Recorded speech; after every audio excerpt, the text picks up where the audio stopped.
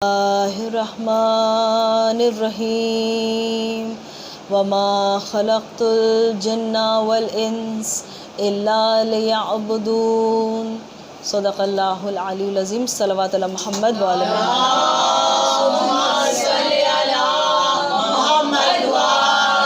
محمد۔ ساری تعریفیں اس خدائے بزرگ و برتر کے نام کہ جس کے قبضہ قدرت میں کائنات کا ہر نظام ہے۔ درود و سلام محمد و آل محمد پر۔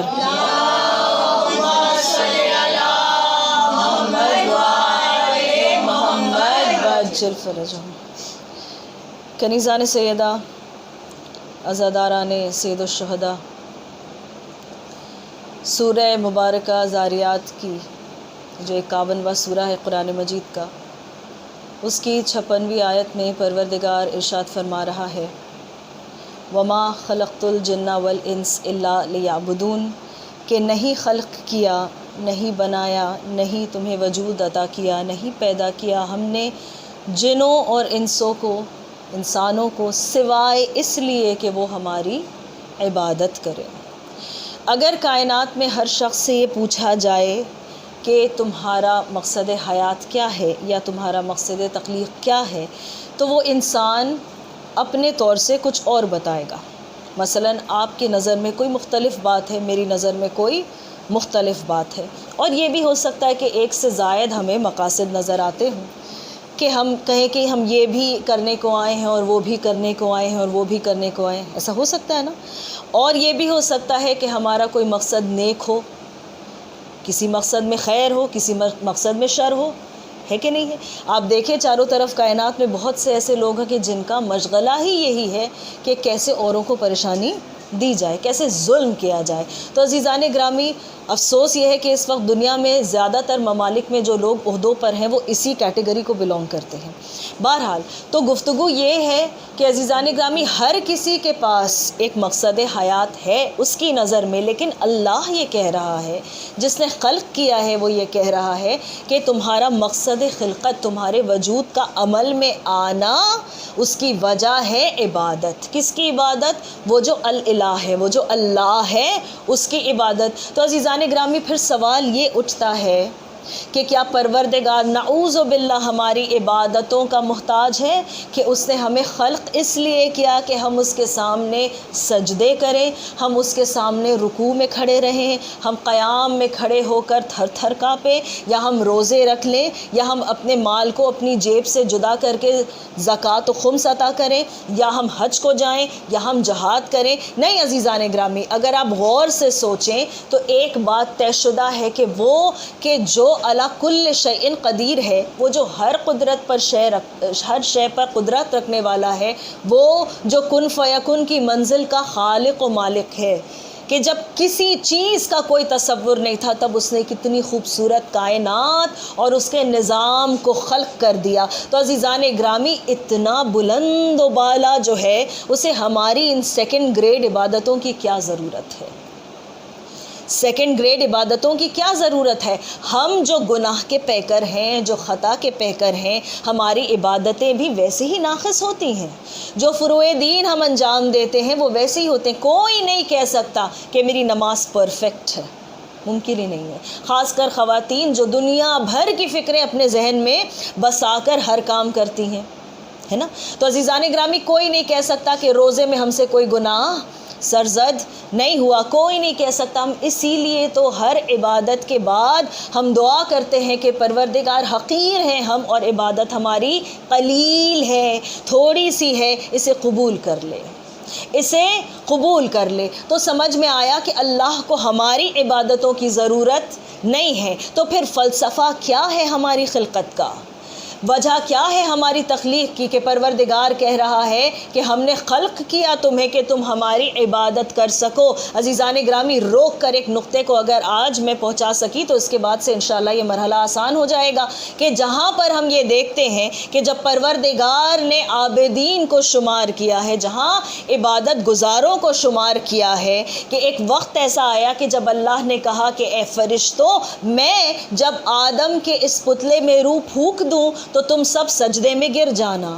تم سب ساجدین میں سے ہو جانا۔ پروردگار رکوع کیوں نہیں کہا؟ میں اپنی اس ناقص عقل سے جو میرا انفرنس ہے، اس لیے کہ رکوع میں انسان جھکا ہے لیکن پورا نہیں جھکا ہے۔ قیام اس لیے نہیں کہا کہ انسان کھڑا ہے نظر کو جھکا کر لیکن جھکا نہیں ہے۔ سجدہ ہے ہی اتنی خوبصورت چیز کہ جو انسان کے تکبر کو توڑنے کے لیے ہے، بندے کے تکبر کو مٹانے کے لیے ہے۔ اتنی نقصان دہ ہے یہ چیز تکبر کہ اللہ چاہتا ہے کہ ہر وقت انسان اس سے دور رہے، اسی لیے کہتا ہے کہ اپنے جسم کے سب سے بلند حصے کو زمین پر لگاؤ، زمین پر لگاؤ، کہ اس بندگی میں، اس عبودیت میں، اس اکنالجمنٹ میں کہ پروردگار میں حقیر ہوں اور تو عظیم ہے، تمہاری فلاح ہے۔ اللہ نے کیا کہا کہ جب میں آدم کے پتلے میں روح پھونک دوں، ابھی آدم ہادی پوری طرح سے بن کر سامنے نہیں آئے ہیں، کیا کہا؟ پہلے وعدہ لے لیا کہ جب میں آدم کے پتلے میں روح پھونک دوں تو تم سب کے سب سجدے میں گر جانا۔ عزیزان گرامی، اور پھر قرآن مجید کیا کہتا ہے کہ سارے فرشتے سجدے میں گر گئے۔ عقیدے کا سجدہ تھا، عظمت کو اکنالج کرنے کا سجدہ تھا، لیکن ایک تھا جو نہیں گرا، جس کا نام ہے ابلیس۔ قرآن مجید کہتا ہے الا ابلیس کے سوا ہر کوئی سجدے میں جھک گیا۔ عزیزان گرامی، اللہ نے کہا کہ تو رجیم ہے، تو مردود ہے، تو نکل جا میری جنت سے، تو ایسا ہے کہ تیری توبہ کبھی قبول ہو نہیں سکتی اور تو میری رحمت سے دور ہو گیا، تو میری رحمت سے دور ہو گیا۔ تو عزیزان گرامی، سمجھ میں آ گیا یہ عجیب بات ہے کہ ابلیس جس نے سب سے زیادہ عبادتیں کی تھیں، اگر کوانٹٹی دیکھیے، اگر تعداد دیکھیے نمازوں کی، تو جتنے ہزار برس اس نے عبادت کی تھی کسی نے نہیں کی تھی۔ جتنی زیادہ کثرت سے اس نے تسبیح کی تھی کسی نے نہیں کی تھی۔ ہزار برس ایک مقام پر، کبھی رکوع میں کبھی سجدے میں وہ رہا، لیکن اس کے پیچھے ایک مقصد تھا، اس کے پیچھے ایک مقصد تھا کہ جب مجھے موقع ملے گا تو میں ان عبادتوں کا بدل لے لوں گا، جب مجھے موقع ملے گا تو میں ان عبادتوں کا بدل مانگ لوں گا۔ میں ایک امپریشن جنریٹ کر رہا ہوں کہ میں بہت عابد و زاہد ہوں، لہٰذا سمجھ میں آ گیا کہ جب عبادت میں ریاکاری شامل ہو جاتی ہے، ہپوکریسی شامل ہو جاتی ہے، تو اللہ اس کو کیا قرار دیتا ہے؟ رجیم قرار دیتا ہے۔ اور پھر جو عبادت معرفت کے بغیر ہو وہ عبادت نہیں، عادت ہے، عادت ہے۔ پوری امت مسلمہ کو نماز کی معرفت کتنے لوگوں کے پاس ہے کہ ہم کر کیا رہے ہیں؟ فلسفہ کتنے لوگ جانتے ہیں؟ چلے معرفت بھی بہت دور کی بات ہے، وہ سورے جو ہم پڑھتے ہیں، وہ تسبیحاں جو ہم پڑھتے ہیں، الگ الگ ارکان میں نماز کے جو تعقیبات ہیں، کیا کبھی ہم نے ان کو ترجمے میں پڑھ کر سمجھا کہ ہم کہہ کیا رہے ہیں؟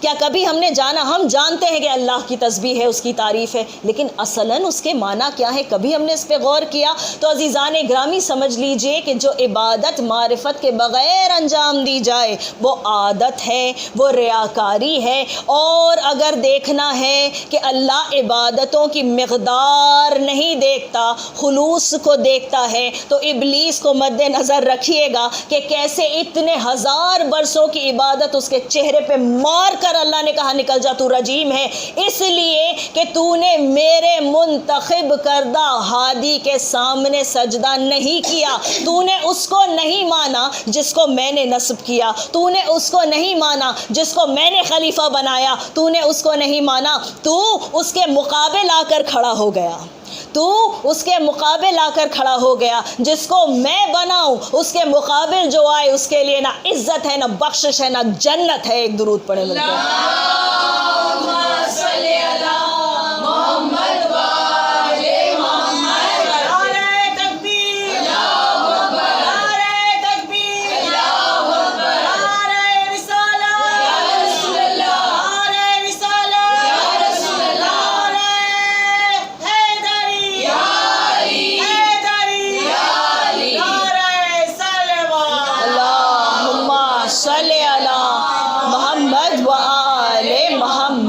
عجل فرجہم۔ ایک معرفت کا نہ ہونا اتنے سالوں کی عبادت کو ضائع کروا گیا، اس لیے کہ اگر معرفت ہوتی تو وہ اس نور پنجتنی کو پہچانتا کہ جو پیشانی آدم میں چمک رہی تھی۔ سجدہ آدم کے پتلے کو نہیں ہے، سجدہ اس نور کو ہے. یہ سجدہ نماز کا سجدہ نہیں ہے، عقیدت کا سجدہ ہے، یہ محبت کا سجدہ ہے، یہ مودت کا سجدہ ہے، یہ وفاداری کا سجدہ ہے، یہ اطاعت کا سجدہ ہے کہ پروردگار کہہ رہا ہے کہ اس نور کے سامنے جھک جاؤ، اور جو نور پنجتنی کے سامنے نہ جھکے وہ ہماری ڈیفینیشن سے ابلیس ہے، اللہ کی ڈیفینیشن سے وہ ابلیس ہے. یا خود شیطان ہے یا شیطان صفت ہے، یا خود شیطان ہے یا شیطان صفت ہے. اب عزیزان گرامی بات یہاں سے آگے بڑھ جاتی ہے. اللہ نے خلق کیا عبادت کے لیے، عبادتوں کی اسے ضرورت نہیں ہے ہماری، لیکن پھر بھی چاہتا ہے کہ ہم کریں اس لیے کہ فلاح ہے ہماری کامیابی ہے اس دنیا میں اور اس آخرت میں. اور اگر عبادت معرفت کے بغیر ہوئی تو یا عادت ہے یا ریاکاری ہے. ابلیس کے جیسی عبادتیں ہمیں نہیں کرنا، ہمیں معرفت والی عبادتیں کرنا ہے. وہ ایک سجدہ کہ جو فرشتوں کا عہدہ بلند کر گیا، اور اس ایک سجدے کا انکار کہ جس نے ابلیس کو رجیم بنا دیا، بس وہی معیار ہے معرفت والی عبادت، معرفت والی عبادت. اب عزیزان گرامی ذرا تصور کریں کہ جن کے نور کے سامنے سجدہ نہ کرنے سے ہزاروں برس کی عبادتیں ضائع ہو گئیں، خود ان کی عبادتوں کا معیار کیا ہوگا؟ خود محمد و آل محمد علیہ الصلاۃ والسلام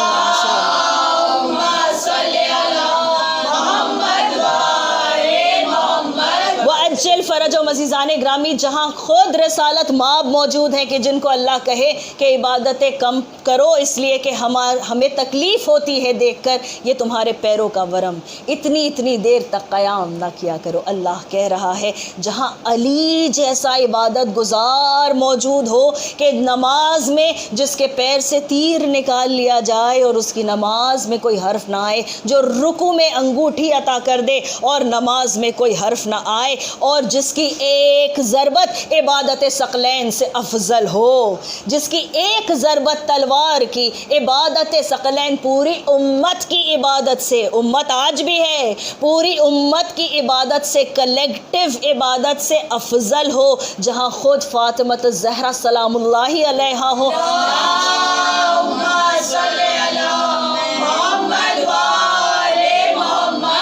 عجل فرجم کہ جب میری بی بی ہر بار نماز کے لیے کھڑی ہو تو نور کی شعاعیں پھیل جائیں مدینے میں، کہ لوگوں کو سمجھ میں آئے روشنی دیکھ کر کہ وہ آمت اللہ، وہ اللہ کی کنیز مصلی پر کھڑی ہے.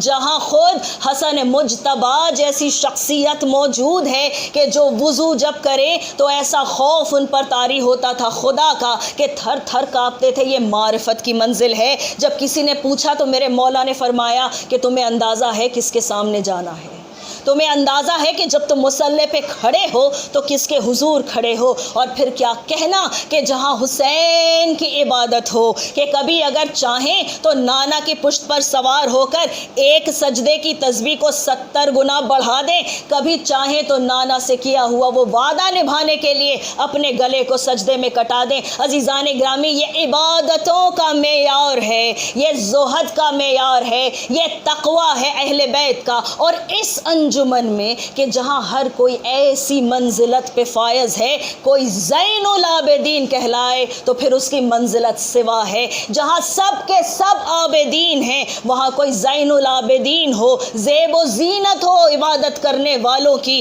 تو اس کی منزلت سوا ہے. جہاں پوری کائنات سجدہ خالق کر رہی ہو وہاں کوئی سید الساجدین کہلائے تو اس کی منزلت سوا ہے. ایک درود پڑھیں مل کر.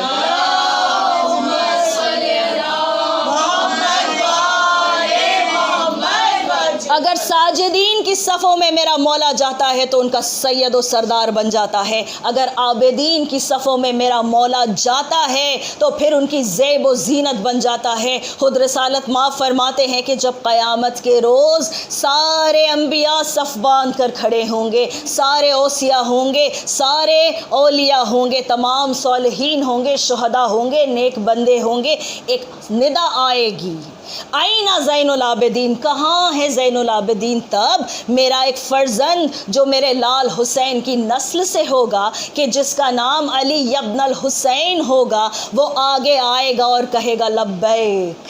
وہ آگے آئے گا اور کہے گا لبیک۔ عزیزان گرامی، یہ مرتبہ سوا ہے میرے مولا کا، یہ ایسی منفرد فضیلت ہے کہ جس میں سجاد کا کوئی بھی شریک نہیں ملتا، جس میں میرے مولا کا کوئی شریک نہیں ملتا۔ عزیزان گرامی، اگر آپ کی اجازت ہو تو پیش کروں کہ ابراہیم ابن ادھم اپنی کیا کہتا ہے، اس کی روایت کیا ہے کہ اس نے اپنے تجربے سے جب دیکھا کہ عبادت کیا ہے۔ کون ہے ابراہیم ابن ادھم؟ اپنے زمانے کا سب سے بڑا قاضی ہے، چیف جسٹس ہے۔ کہتا ہے کہ میں ایک مرتبہ حج پر نکلا تو میں نے دیکھا کہ لقدق صحرا میں، مکہ کے راستے میں، میں نے دیکھا کہ ایک 5 برس کا بچہ ہے۔ ماشاءاللہ مائیں بیٹھی ہیں میرے سامنے، مجھے بتانے کی ضرورت نہیں کہ 5 برس کا بچہ چھوٹا بچہ شمار ہوتا ہے، جسے زیادہ عقل نہیں ہوتی، زیادہ شعور نہیں ہوتا، جو ماں کی آغوش میں ہی بیٹھنے والا بچہ ہوتا ہے۔ 5 برس کا ایک بچہ ہے کہ جس کے چہرے پر جاؤ حشم ہے، اور وہ احرام باندھا ہوا لقدق صحرا میں تنہا چلا جاتا ہے۔ کہتے ہیں کہ میں اس کے پیچھے گیا، میں اپنے قافلے سے اترا اور اس کے پیچھے گیا۔ مجھے تجسس ہوا کہ وہ کون ہے۔ جب میں اس کے پاس پہنچا، میں نے اس سے پکار کر کہا کہ صاحبزادے، کہاں کا قصد ہے، کہاں کا ارادہ ہے؟ کہا میں حج بیت اللہ کو جا رہا ہوں، میں حج بیت اللہ کو جا رہا ہوں۔ ابراہیم کہتے ہیں کہ میں نے پوچھا کہ آپ پر تو ابھی حج واجب نہیں ہوا ہے، آپ تو بہت چھوٹے ہیں۔ تو اس بچے نے جواب یہ دیا، ابراہیم کہتے ہیں کہ میں دم بخود رہ گیا اس کے جواب سے۔ کیا جواب دیا اس بچے نے؟ وہ بچہ کہتا ہے کہ جب میری پالنے والی ماں چولہا جلاتی ہے اور اس میں لکڑیاں ڈالتی ہے تو میں نے دیکھا ہے کہ جتنی تیزی سے آگ بڑی لکڑیوں کو نگلتی ہے، اتنی ہی تیزی سے چھوٹی لکڑیوں کو بھی نگل جاتی ہے۔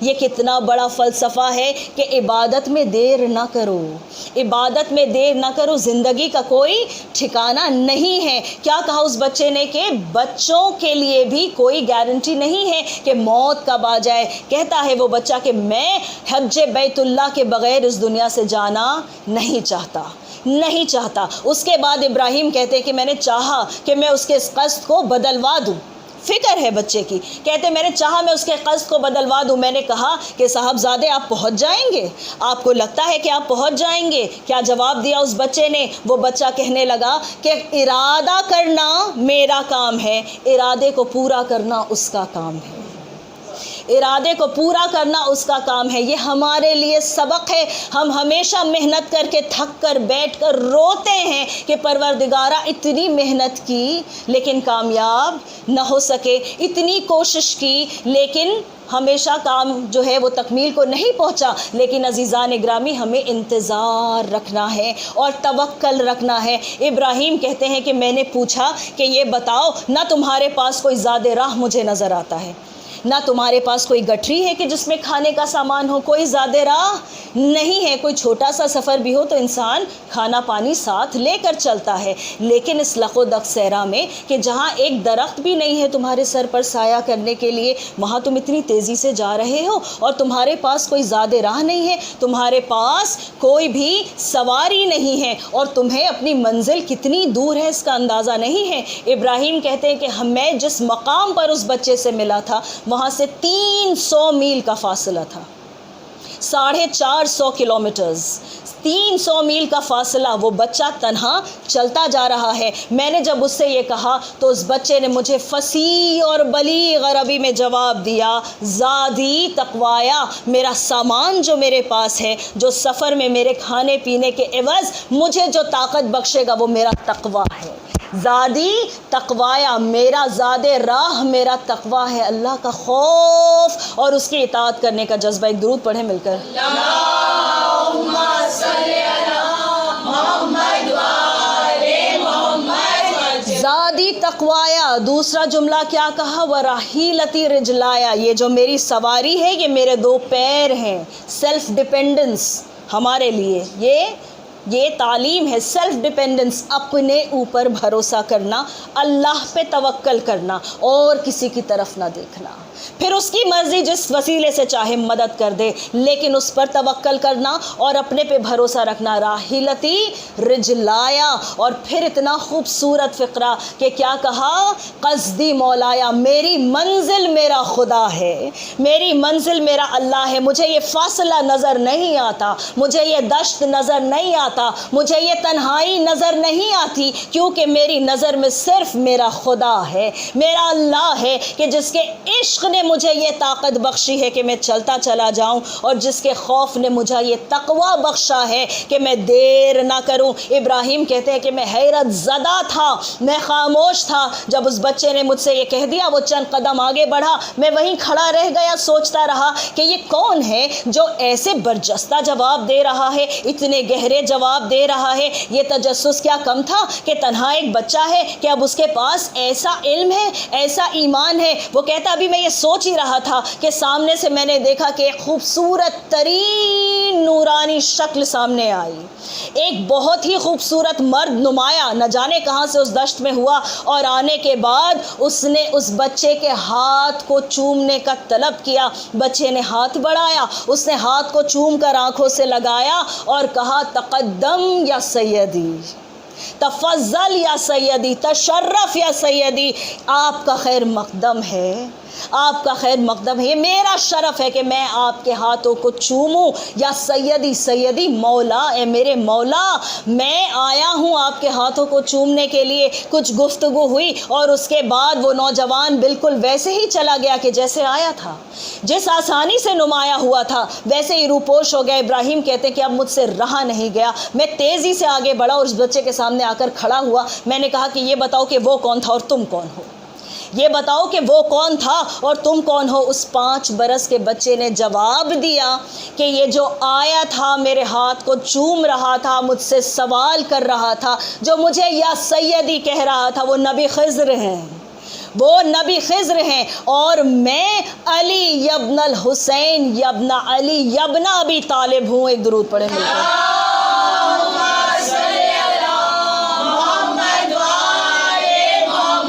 وَأَجِّلْ فَرَجَهُمْ، جس کے بچپن میں عبادت کا یہ معیار ہو، یہ معیار ہو۔ اور میرے مولا نے کیا کہا کہ خضر کی یہ ڈیوٹی ہے، یہ فرض ہے کہ وہ روزانہ ہمارے در پر آ کے ہماری زیارت کر کے جائے۔ عزیزان گرامی، خضر وہ نبی ہیں کہ جو نبیوں میں کئیوں کے استاد ہیں، لیکن ان کی یہ ڈیوٹی ہے، ان کا یہ فرض ہے، ان کی عبادت میں یہ شامل ہے کہ وہ اہل بیت کے در پر آئیں اور ان کی زیارت کریں، انہیں سید و سردار جانیں۔ عزیزان گرامی، صرف اس لیے نہیں زین العابدین کہا جاتا کہ عبادت کا یہ معیار ہے، صرف اس لیے سید الساجدین نہیں کہا جاتا کہ اتنے طویل سجدے میرے مولا نے ہمیشہ کیے، لیکن اس لیے بھی کہا جاتا ہے کہ جیسی عبادتیں اور جن حالات میں عبادتیں سجاد نے کی ویسے کسی نے نہیں کی۔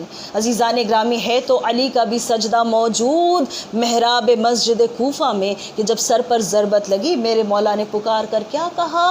فزت ورب الکعبہ، رب کعبہ کی قسم میں کامیاب ہو گیا ہے۔ تو سجدہ وہاں حسین جیسے ساجد کا کہ جس نے اپنے سر کو کٹا دیا اور شکر کرتا رہا، لیکن پھر کیا وجہ ہے کہ سید الساجدین کا لقب میرے سے امام کو دیا جاتا ہے؟ عزیزان گرامی، وہ مسند کہ جس میں آگ لگی ہو، وہ خیمہ کہ جو جل رہا ہو، اس پہ سجدہ کرنے کی لذت اور ہے۔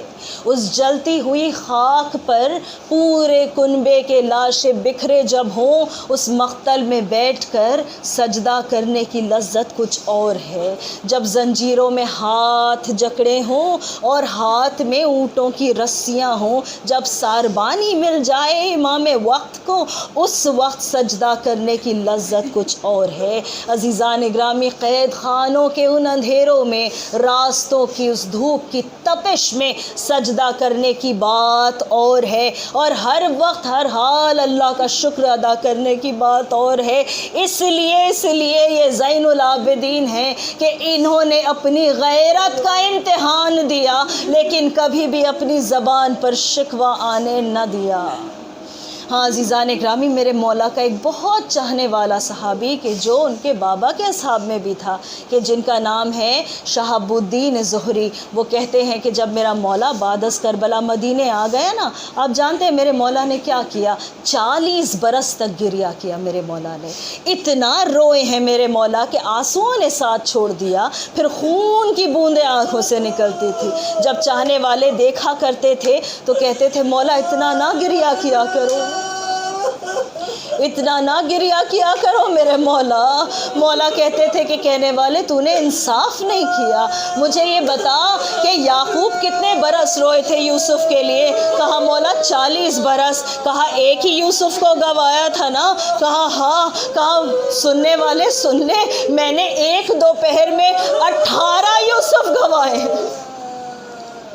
میں کیسے نہ روؤں، میں کیسے نہ روؤں۔ ارے جب وضو کا پانی میرا مولا ہاتھ میں لیتا تھا، میرا دل کہتا ہے کبھی سکینہ کی تصویر پھرتی ہوگی، کبھی علی اصغر کے سوکھے ہوئے ہونٹ یاد آتے ہوں گے، کبھی بابا یاد آتے ہوں گے، کبھی وہ چچا یاد آتا ہوگا جس نے اس پانی کی خاطر اپنے بازوؤں کو قلم کروایا، کبھی وہ بھائی یاد آتے ہوں گے۔ ہاں عزیزان گرامی، یہ میرا مولا ہے کہ جب بھی وضو کرنے کو بیٹھتا تھا اس قدر میرا مولا گریہ کرتا تھا کہ غش طاری ہو جاتا تھا۔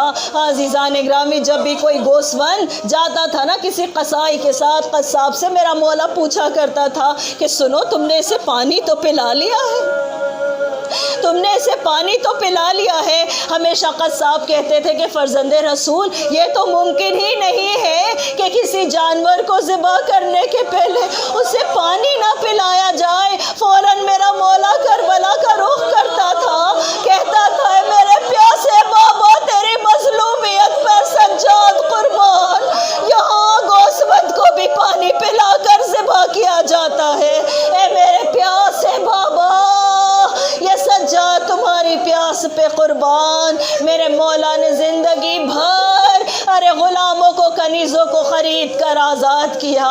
میں زیادہ وضاحت نہیں کروں گی آپ کے سامنے، بس اتنا کہنا چاہتی ہوں اگر دل کو جملہ لگ جائے تو گریہ ضرور کیجئے گا کہ میرا مولا جب بھی کسی غلام یا کنیز کو خرید کر آزاد کرتا تھا نا، آہستہ سے ایک بار اسے کہتا تھا تمہیں نام سکینہ آزاد کیا،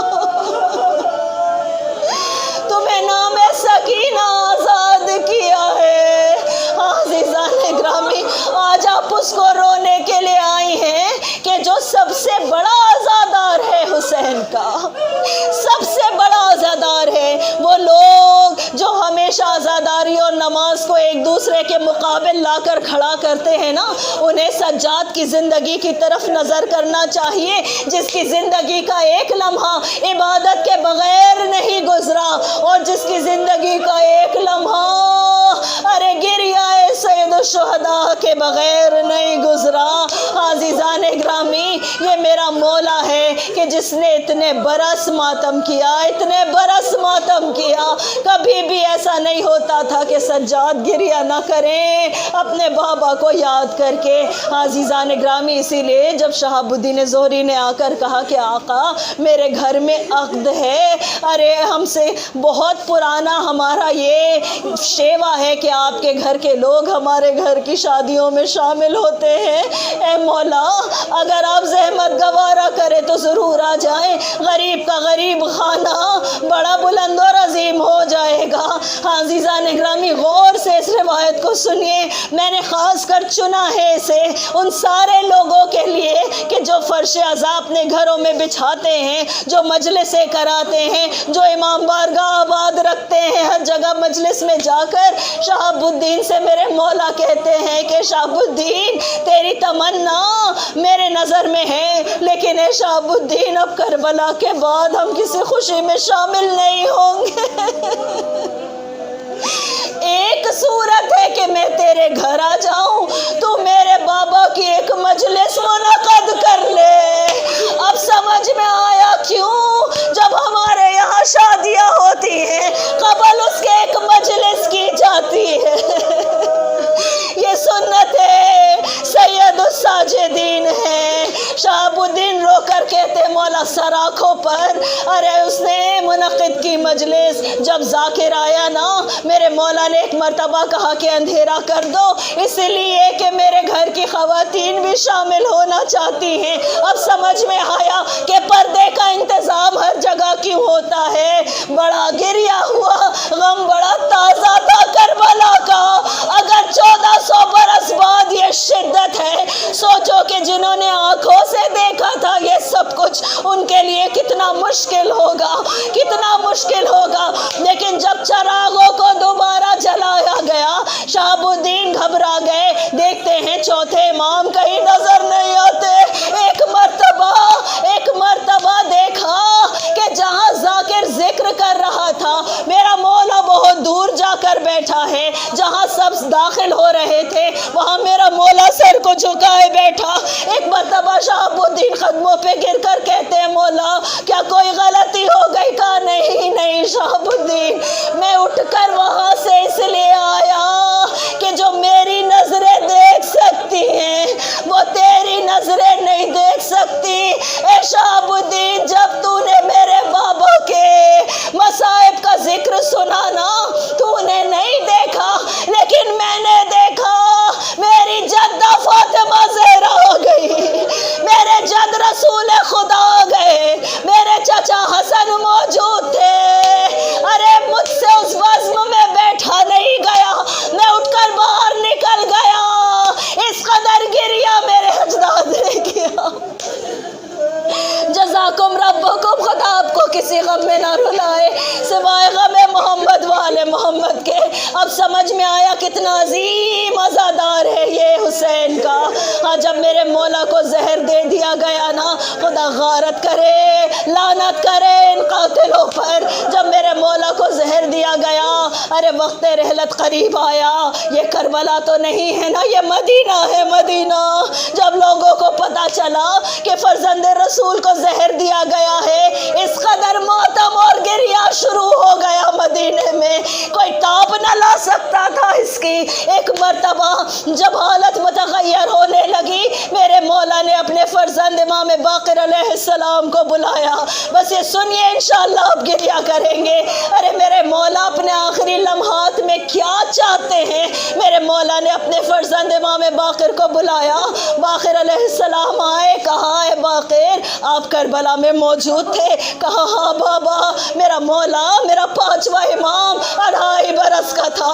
عزیزان گرامی، میرے مولا نے کہا باقر آپ نے کیا دیکھا بیان کیجیے، آپ نے کیا دیکھا؟ اب ایک ایک کر کے امام باقر سب کی شہادتیں بیان کرتے ہیں، اور میرا چوتھا امام اس حالت میں کہ جب زہر جسم میں پوری طرح سرایت کر گیا، ارے روتا ہے زار و قطار کہ ایک مرتبہ امام باقر کہتے میں نے اپنی آنکھوں سے دیکھا بابا کیسے میرے دادا ایک ایک شہید کی لاش کو اٹھا کر خیمے میں لاتے تھے، کیسے پھوپھی زینب ایک ایک شہید کا ماتم کرتی تھی۔ ارے بڑا گریہ کیا میرے چوتھے امام نے۔ کہتے کہتے جب امام باقر اس جملے پر آئے کہ میں نے دیکھا کس طرح سیدانیوں کے سروں سے ردا چھین لی گئی، ارے روایت کے الفاظ امام کی روح پرواز کر گئی۔ یہ غیرت کا امتحان میرے مولا نے دیا۔ اپنی زندگی کے آخری لمحے میں حسین کے مصائب سننا چاہتا تھا میرا مولا، حسین کے مصائب۔ آپ نے سنا نا زہر سے قتل کیا گیا، ارے ہر کسی کا آلائے قتل معلوم ہے، وجہ قتل معلوم ہے۔ ظاہراً تو سجاد کو زہر نے مارا، لیکن مجھے انصاف سے بتائیے کیا میرا یہ غیرت مند امام کہ جس کا لقب ہی غیرت اللہ ہے، اللہ کی غیرت ہے، کیا وہ ہر کوچے اور بازار میں قتل نہیں ہوا؟ کیا وہ شرابی کے دربار میں قتل نہیں ہوا؟ جب جب بہن کو تماچے لگے تب تب سجاد قتل ہوا، جب جب سیدانیوں کی ردائیں چھنی ارے تب تب سجاد قتل ہوا۔ عزیزان گرامی، بس ایک مستند روایت آپ کے سامنے پیش پیش کروں گی۔ ماشاءاللہ آپ نے گریہ کیا، لیکن یہ سنے بڑی مستند روایت ہے۔ عزیزان گرامی، میرا چوتھا امام اپنے اصحاب کے درمیان بیٹھا ہے، گریہ کرنے کے لیے جو سر کو جھکایا، ابھی اصحاب بے تحاشا رو رہے ہیں یہی سن کر کہ جب میرے مولا کے زیورات اسیری کو اتارا گیا نا تو پہلے جلد کو کاٹا گیا، پھر جسم کے گوشت کو کاٹا گیا، پھر لوہے کو نکالا گیا، اس لیے کہ لوہا میرے مولا کے جسم کا حصہ بن گیا تھا۔ اذیت ہو تو معاف کر دیجئے۔ توق کا زخم آخری وقت تک میرے مولا کے جسم میں موجود تھا۔ میرا پانچواں امام کہتا ہے کہ جب میں نے بابا کو غسل دیا تمام ثبوت ظلم کے موجود تھے، لیکن جب میرے مولا نے سر کو جھکایا ایک مرتبہ اصحاب کو غش آ گیا، کہا مولا سر پر یہ کیا ہے، یہ کیسا زخم ہے، کیسی چوٹ ہے؟ رو کر میرا مولا کہتا ہے کہ سفر مصیبت میں ہمیں قریے سے گزارے گئے کہ جہاں پر ہم پر گرم پانی، انگارے اور آگ کے لوخے پھینکے جاتے تھے۔ آیا شام شام شام، میرا مولا کہتا ہے کہ بس میں نے تفصیلات کو چھوڑ دیا۔ میرا مولا کہتا ہے کہ انگارے اوپر سے ہمارے اوپر پھینکے جاتے تھے، اونچائی سے انگارے گرے، ہائے میرے مولا کے ہاتھ میں ہتھکڑیاں ہیں، سیدانیوں کے ہاتھ پسے پشت بندے ہیں، اپنا دفاع کرے تو کیسے کرے، روکے تو کیسے روکے، جائے تو کہاں جائے؟ میرا مولا کہتا ہے کہ میں بار بار پلٹ کر دیکھتا تھا کہ سیدانیوں پر مصیبت کیسی آئی ہے، کہ میرا مولا کہتا ہے اتنے میں میرے سر پہ جو امامہ تھا، عزیزان گرامی یہ امام وقت کا امامہ ہے، یہ دستار رسول کی دستار ہے، علی کی دستار ہے، حسن و حسین کی دستار ہے، یہ میرے مولا کی سرداری کی نشانی ہے۔ میرا مولا کہتا ہے اس امامے کے پیچ میں ایک آگ کا لوخا آ کر پھنس گیا، میں نے بڑی کوشش کی کہ میں اپنے سر کو جھٹک کر اسے نکال دوں، لیکن کپڑا جلتا گیا، میرے ہاتھ بندھے تھے، میں نے بڑی کوشش کی، میرے امامے